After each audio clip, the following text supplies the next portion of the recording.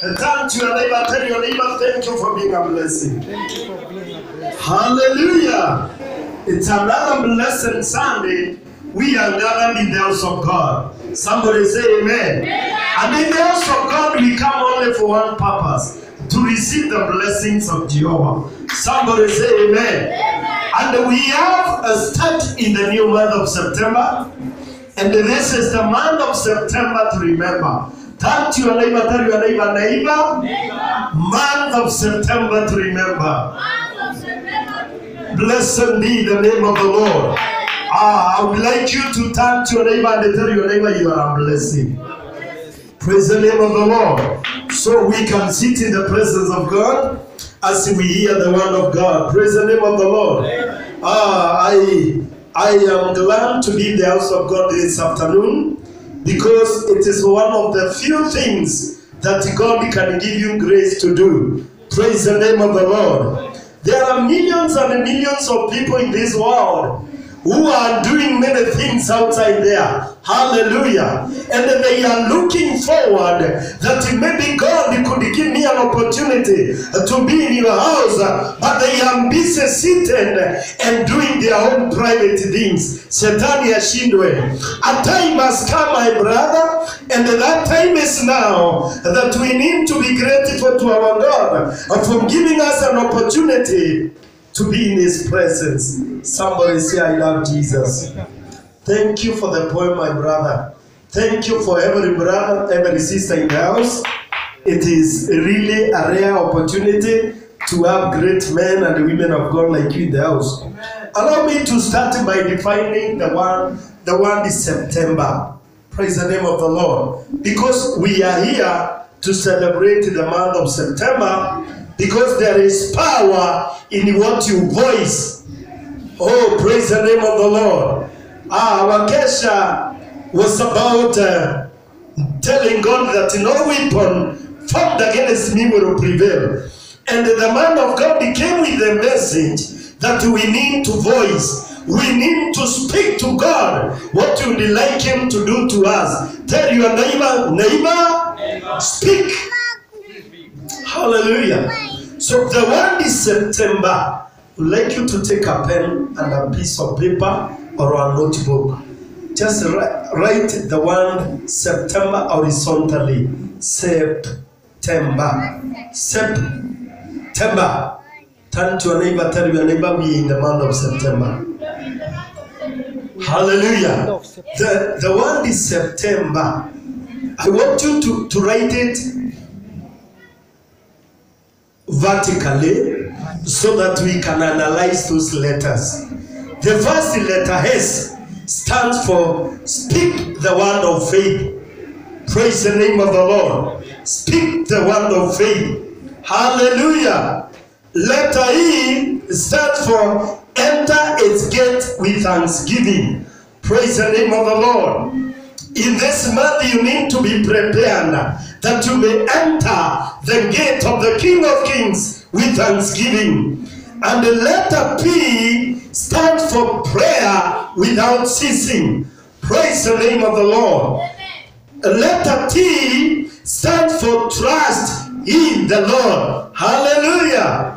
Praise the name of the Lord. And the letter E stands for exalt his name forever. Praise the name of the Lord. We are going down. Letter M stands for magnify the Lord. Are we working together? Letter B stands for believe in his promises. Hallelujah. And the letter E stands for expect to receive from God. Hallelujah. And the letter R stands for rest in his assurance of victory. Now let's come down again quickly. We are vertically analyzing the word September. I've said write it vertically down once. Write the word September down once. So letter S, we have said it, speak the word of faith. Letter E, enter his gates with thanksgiving. Letter P, prayer without ceasing. Let thee trust in the Lord. Let thee exalt his name forever. Let thee magnify the Lord. Let thee believe in his promises. Let thee expect to receive from God. And let her stand for us in his assurance of victory. So to analyze the entire name, the month of September means speak the word of faith, enter his gate with thanksgiving, prayer without ceasing, trust in the Lord, exalt his name forever, magnify the Lord, believe in his promises, expect to receive from God, and the rest in his assurance of victory. Turn to your neighbor, tell your neighbor, that is your portion. Praise the name of the Lord. That's why I sing a song and I sing, Almighty God, that is your name. You never, hallelujah. Almighty God, that is your name. You never share your glory with any man. You never share your glory with anybody. Almighty God, that is your name. Almighty God, that is your name. You never share your glory with any man. You never share your glory with anybody. Almighty God, that is your. I want you to put your hands together as we begin the sermon of today. Lift up your both hands and put your hands together for Jesus. Just lift up your both hands and let's worship the Lord. Let us praise the name of the Lord. We worship your name. We exalt your name.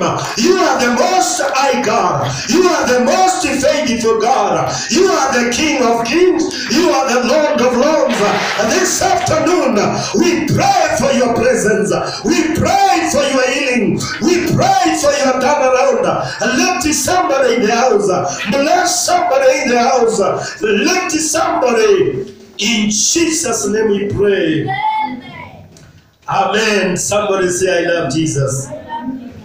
Hallelujah. Somebody say, I love Jesus. Turn to your neighbor, tell your neighbor, month of September to remember. Blessed be the name of the Lord. The men and the women of God, I'm delighted to be in the house with you. And this month, I want us to be more oriented in the teachings other than the preaching. There is a difference between preaching and the teaching. Somebody say amen. I thank God for Dennis. He is one of the teachers we have in the house.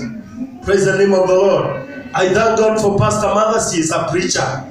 She is a preacher and an anointed woman of God. I thank God for Reverend Jane. She is an anointed and encourager. Praise the name of the Lord. Thank God for Brother Nyaga. You are also a teacher. There is power in teaching the gospel. Somebody say amen. Amen. And today, I want us to walk through a topic by the name of You Are a Blessing. Turn to your neighbor, tell your neighbor, you are a blessing. You are. Praise the name of the Lord. There is power in understanding what to be a blessing is all about. Somebody say amen. God has called us in his kingdom that we may become a blessing to somebody. God has called us that through me, we may become a blessing to somebody. That's why I sing a song and say that every problem become a blessing when I remember the Lord, you are there for me. I sing a song and repeatedly saying every problem become a blessing when I remember Jehovah, you are there for me. Hallelujah. I want to encourage somebody this afternoon that in this month of September, God wants to make you a blessing to somebody. God wants to bless you so that he may make you a blessing to somebody. Hallelujah. Amen. If you are hearing me, maybe there and they say, I am a blessing. Turn to your neighbor and tell your neighbor, you are a blessing. Praise the name of the Lord. I want to declare as we begin the month of September that the blessings of God that He maketh rich and add no sorrow will set after you. Praise the name of the Lord. You will be blessed when you enter your house. You will be blessed when you are seated in the church. You will be blessed when going to work. Everything you touch your hands with, gonna be blessed. The work of your hands begin to be blessed by the mighty God. Anything you do in the life, God begin to bless it. He will bless your children. He will bless your vision. He will bless your dream. If you are in school, God will bless you academically. If you are a businesswoman, God will bless your business. If you are a preacher like Bishop Kaveria, God will bless your ministry. A time has come, and that time is now. We need to voice to God, the Lord, I need you to bless me. Turn to your neighbor and tell your neighbor,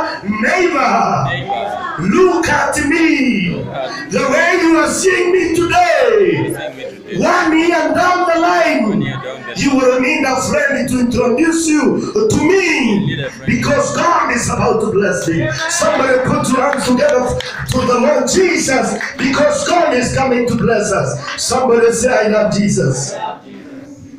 Number one, we need to thank God for His blessings. Somebody say, God, I thank you for blessing me. Do you know it is the will of God that He has blessed you with the gift of life? He has blessed you that you are breathing. He has blessed you that many died and you are alive today, that you may become a blessing to the church. You may become a blessing to somebody. You may become a blessing to your family. You may become a blessing to somebody. Just rub the hand and say, thank you, Lord, for blessing me. Somebody say, I love Jesus. Oh, tell me about you with me in the book of 2 Corinthians chapter 9 verse 15.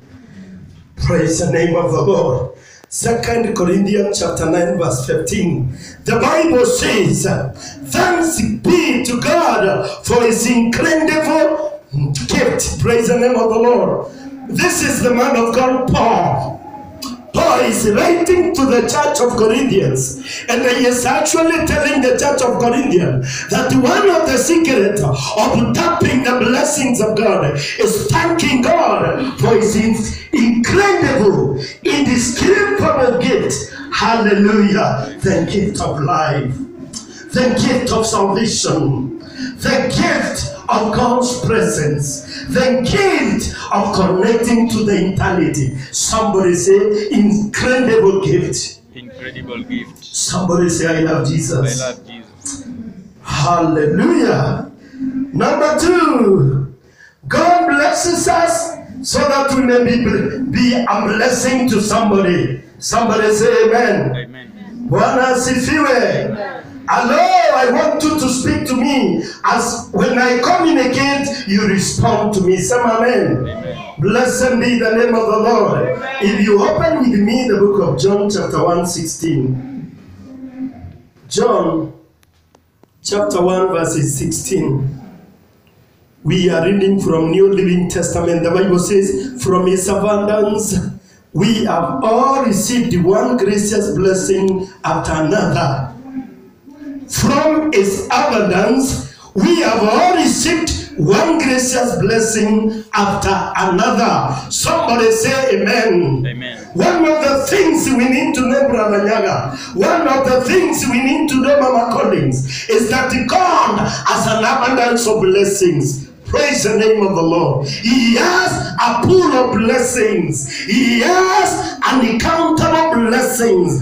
And the Bible says, from the abundance of His blessings, we have received a blessing after another. A blessing of waking up, a blessing of going to sleep, a blessing of eating, a blessing of drinking, a blessing of worshiping, a blessing of jumping to the Lord, a blessing of coming together, a blessing of coming coming to church, a blessing of going to school, a blessing of receiving the blessings of what the school has for us. Somebody say, I love Jesus.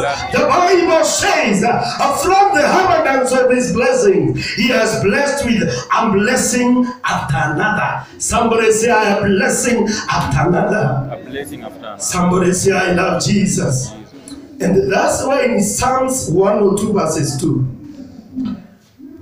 Psalms 103 correction. Psalms 103 verses 2. The Bible says, let all that I am praise the Lord. May I never forget the good things he does for me. Somebody say amen. Amen. Let all I have praise the Lord. Let my life praise the Lord. Let my family praise the Lord. Let my business praise the Lord. Let my children praise the Lord. Let my business praise the Lord. Somebody say hallelujah. The Lord is communicating to us that whatever God has commanded to us, we need to allow it to praise the Lord. Somebody say amen. Because you can be nothing if God is not with you. Amen. That's why a singer sang and sing, I cannot do without you. I cannot do without you. I cannot do without you in my soul. I cannot do without you. I cannot do without you. I cannot do without you in my soul. Somebody say amen. Amen. Turn to another, tell your neighbor, we are nothing without God. We are nothing without God. So for us to achieve the accomplishment of the blessings of God, let everything we have praise the Lord. Amen. May our eyes praise the Lord. May our mouths praise the Lord. May our hands bless the Lord. May our bodies praise the Lord. May our feet walk as they praise the Lord. Somebody give a clap to the Lord Jesus. Amen. Amen. Bwana asifiwe. Praise the name of the Lord. Amen. And the number 3, God blesses those who obey him. You need to start obeying God. The Bible says obedience is better than sacrifice. You better obey God than do the things your pastor is telling you to do. Obey the voice of God. If God is saying tithe, do it. If God is saying give your offering, do it. If God is saying come and clean the house of God that the people of God can celebrate him in a clean place, do it. Obey the Lord. Praise the name of the Lord. We need to tap the blessings of God by obeying him. Bwana asifiwe. Praise the name of the Lord. In Psalms 112 verses 1, the Bible says, praise the Lord. Blessed are those who fear the Lord, who find great delight in his command. Praise the name of the Lord. There is power when you have the fear of the Lord. The Bible says the fear of the Lord is the beginning of wisdom. To fear God is to shun evil. To fear God is to listen to his voice. To fear God is to obey his command. Somebody say, I love Jesus. I love Jesus. A time has come, church, and that time is now that we need to fear God and to walk in his commands. Somebody say, I love Jesus. I love Jesus. Fearing God is walking in the direction he is leading you. Hallelujah. That's why David is singing. Jonathan, the son of David, is singing in Proverbs chapter 3 verses 5. Hallelujah. And he is saying, trust in the Lord with all your heart, and lean not on your own understanding. Verse 6 is saying, in all your ways acknowledge him, and he will make your path straight. Hallelujah. When you have the fear of the Lord in you, when you have the intent of relating to God, When you throw your life to do the will of God, no matter what others are doing, no matter what other people say, you do the will of God. You yield to the commandment of God. Hallelujah. Amen. It's gonna be well, my brother. In Job 36:11, Job 36 verses 11. New International Version, the Bible says, if they obey and serve him, they will spend the rest of their days in the prosperity and their years in the contentment. Somebody say, I love Jesus. Turn to your neighbor and tell your neighbor, if you obey the Lord and serve him, it is good to obey God, but it is also another thing to serve the Lord. Hallelujah. Serve the Lord with your life. Serve the Lord with your money. Serve the Lord with your family. Serve the Lord with your resources. Hallelujah. Somebody say, I love Jesus.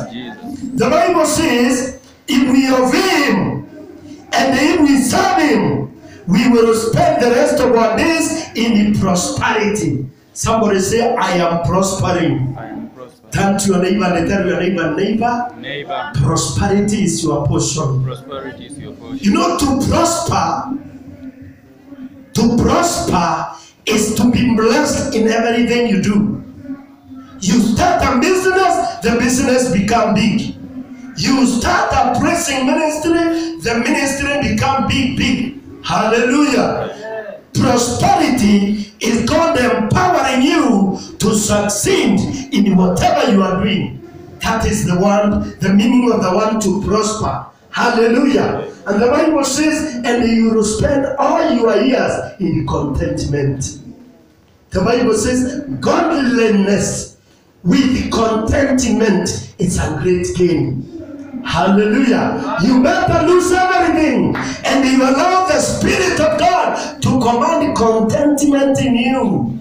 To be contented is to be satisfied, to have the power to celebrate anything God is doing in your life.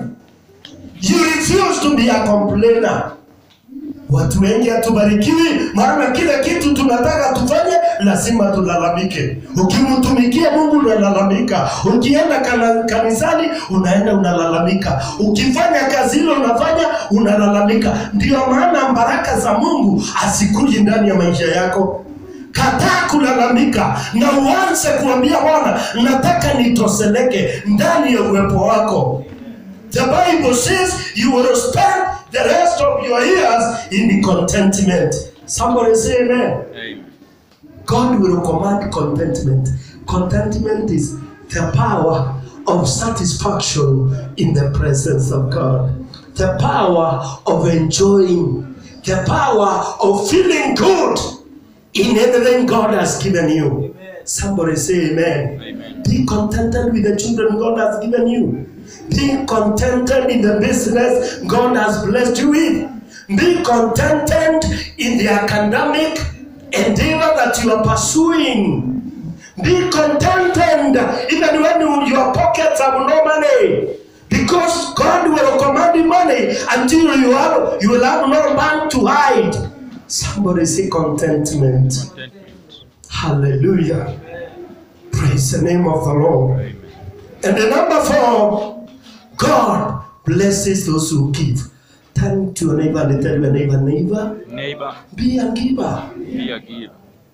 There are blessings that can never come to you, especially if you are not a giver.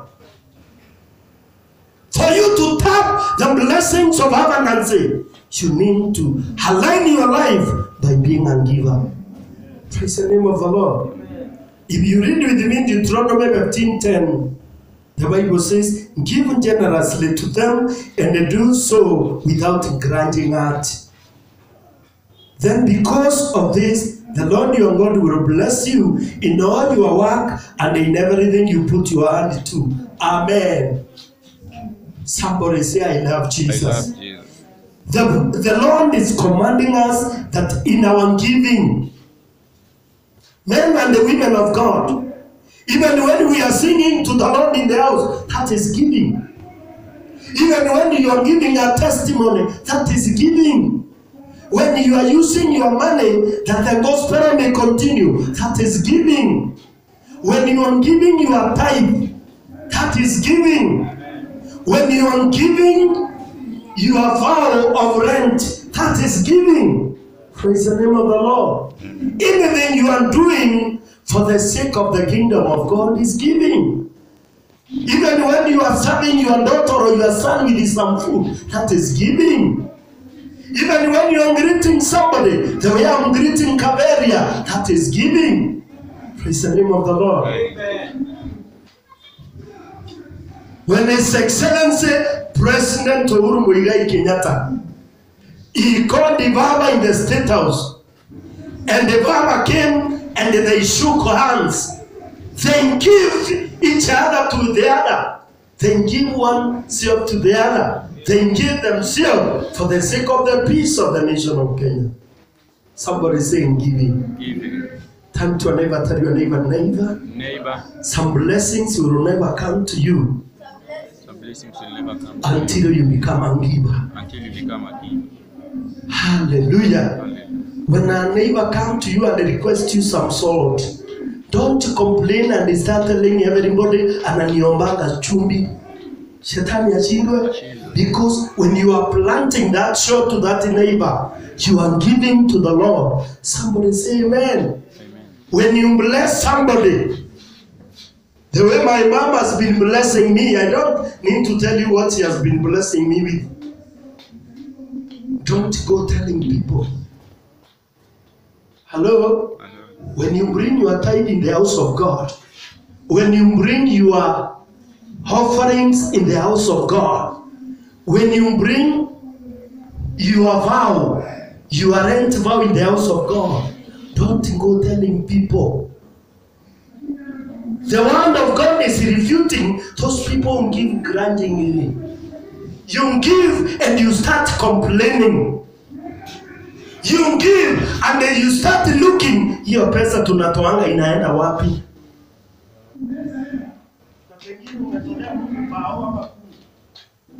Na wewe unajua hata mbao ama 10 saa hii haiwezi kukubariki hata na peremende tamu. Peremende mzuri inahitaji shilingi kama 10 ama mbao. Unatolea Mungu kongole na unataka kusema hiyo matoleo inaendanga wapi? Don't give grudgingly. Afadhali waachane na kutolea Mungu kama utatolea Mungu ukiwa unanung'unika ndani ya moyo. Maana baraka zako hazitaonekana. Hello somebody. We must stop giving grudgingly. Praise the name of the Lord. The word is warning us that when we give, hata wakati unasalimia mtu, usimsalimie ndani ya moyo ukisema wewe ni bure, wewe ni pepo nyeusi, wewe shindwa sana, na unamsalimia ukimwambia nakaa mzuri, na ndani ya moyo unamtukana na unamdhihaki. Don't do that. Na ndio maana Biblia inasema hata wakati unakuja kutolea Mungu na ukumbuke kuna ndugu yako umekosea. Ukumbuke pengine mzee wako mmesumbuana na yeye usiku. Hacha hiyo sadaka mahali, kimbia umalizane na yeye, kuja utolee Mungu. Hii inamaanisha nini? Don't allow anything to go kabla we are resolving a dispute na mtu konaye. Ukijua umekosea mtu, usimuache mpaka umwambie mpendo, tusameane na msalimiane. Sema amen. Amen. Kwa maana vitu ambavyo haiyafanywa vile Mungu anataka havinanga baraka. Somebody turn to your neighbor, tell your neighbor, neighbor. Ili ubarikiwe na Mungu, tenda mapenzi ya Mungu. Somebody say I love Jesus. I love Jesus. Praise the name of the Lord. Amen. Amen. Amen. And that's why in the book of Proverbs chapter 11 verse 25 the Bible says, the generous will prosper. Those who refresh others will themselves be refreshed. Somebody say amen. Amen. When you are generous, when you give without grudges, when you give without complaining, when you give without looking, ndio ile ilinunulia mchungaji suti, ndio ile ilifanya hiyo kanisa inunua carpet, ndio ilifanya ikafanya. Ukitolea Mungu bila kulalamika, ukitolea Mungu bila kuangalia hiyo mali ninatolea Mungu inafanya nini, hapo ndio Biblia inasema utaanza kunawiri. Utaanza kufanya nini? Praise the name of the Lord. Now when you start refreshing others, when you start refreshing your church, when you start refreshing your pastor, God also begin to refresh you. Somebody say, Lord Jesus, give me the spirit of refreshing others. Lord, I thank you because you will bless me with the grace of refreshments.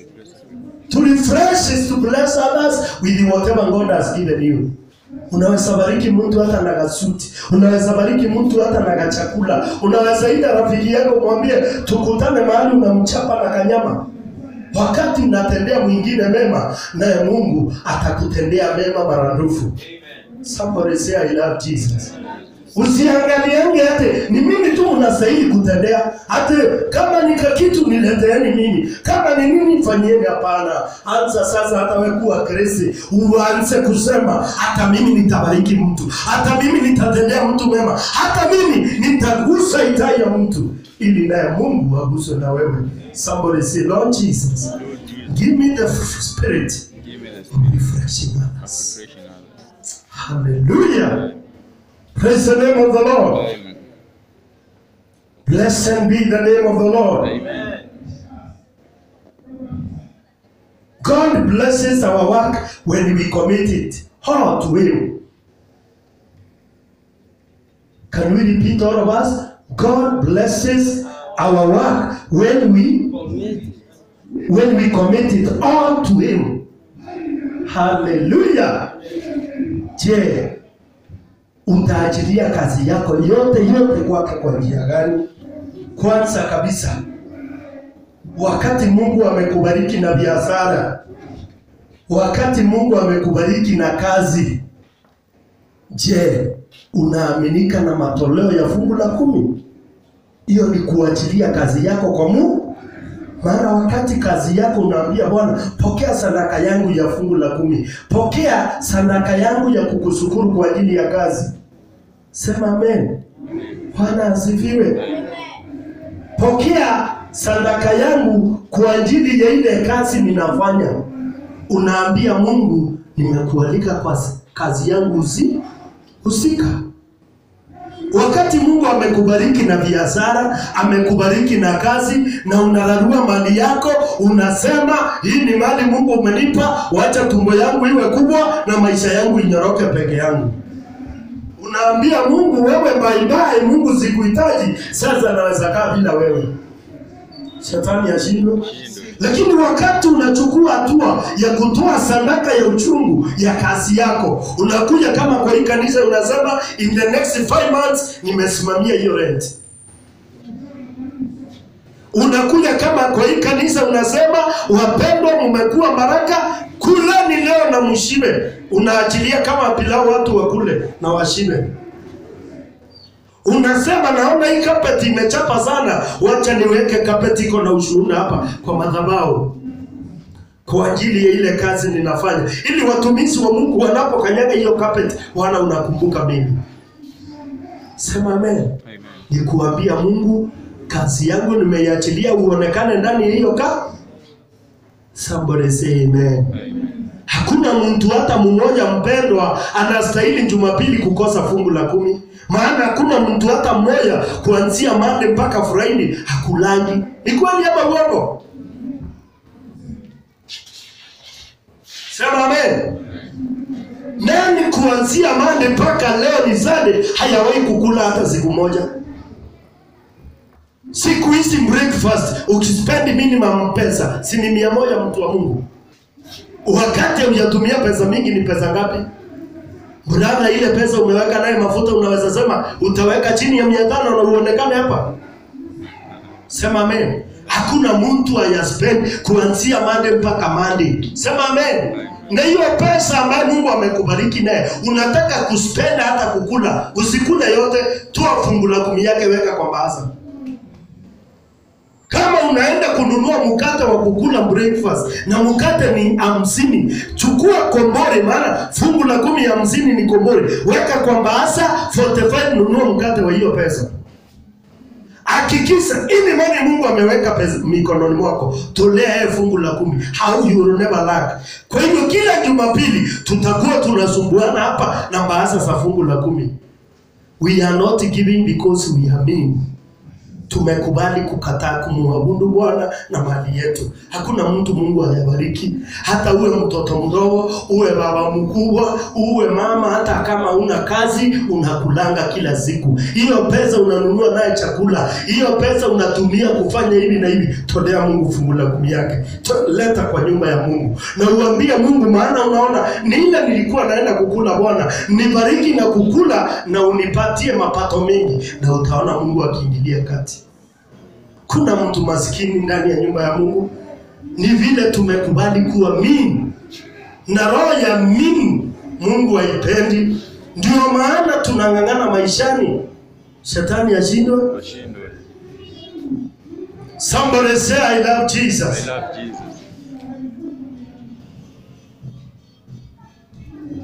And that's why in Psalms 37 verses 5, the Bible says, commit everything you do to the Lord. Trust Him and He will help you. Somebody say, I love Jesus. I love Jesus. The only way you can commit your business to the Lord, the only way you can commit your job to the Lord is allowing God to get into your business. Allowing God to get in your whatever you are doing. And in the book of Psalms, Proverbs 16 verses 3. Proverbs 16 verses 3, the Bible says, commit your word to the Lord and your plans will be established. Somebody say, I love Jesus. We need to commit our works to the Lord. We need to commit our ministries to the Lord. We need to commit everything we do to the Lord. Turn to your neighbor, tell your neighbor, commit everything to the Lord. And you will see God granting you His blessings. Let's rise up on our feet and lift up our hand before the Lord. God has called us to bless us. God has called us to make our lives sweeter. God has called us to make us beautiful. Somebody say amen. Mungu anataka aturembeze. Mungu anataka atufanye wasupu. Mungu anataka atuinue kiwango ingine. Mungu anataka apigane vita vyetu vya imani. Na ili mambo haya yatendeke, lazima tuachilie baraka za Bwana ziandamane nasi. Somebody say amen. Lazima tuamini Bwana ndani ya ndoa zetu. Lazima tuamini Bwana ndani ya familia zetu. Lazima tuamini Bwana ndani ya kanisa lake. Lazima tujiachilie ili Mungu ajitukuze kwa kila kitu tunafanya. Somebody say amen. If you read the 2 Chronicles chapter 20 verses 20b. 2 Chronicles chapter 20 verses 20b. Hallelujah. Praise the name of the Lord. I'm saying part B because there is a part A. Bwana asifiwe. The Bible says, believe in God and you will be established. Praise the name of the Lord. To believe in God is to give God your everything. To give God your business. To give God your dreams. To give God your missions. To give God your marriage. To give God your ministry. Hallelujah. You believe in God and you will be established. Somebody say amen. And then it continues and they say, believe in His prophets and you will prosper. Hallelujah. Praise the name of the Lord. You need to start by believing in God. When you believe in God and you give God the first priority, He blesses your work, He blesses your family, He blesses your going out, He blesses your coming in. Somebody say amen. He blesses you in the country, He blesses you in the city. Somebody say I love Jesus. And then when you believe in His prophets, the Bible says you begin to prosper. The prophets of God are His servants. Whatever we are communicating, it's not from ourselves. We are reading from the Word of God, and the Spirit of God will interpret to you that you may be able to realize the meaningful of the gospel of the kingdom. Just lift up your both hands and remind God, thank you for blessing me. Just take a moment and thank God. Our dear Heavenly Father, we are lifting our hands to you. We are glorifying your name. We are exalting your name. You have blessed us in Kangemi. You have blessed us in Nairobi. You have blessed in our work. You have blessed our family. We have a reason to praise you. We have a reason to glorify you. We surrender all to you. We surrender our families to you. We surrender our children to you. We surrender your church to you. We are declaring we are blessed because you have blessed us. We give you praise, we give you glory. In Jesus' name we pray. Amen. I want us to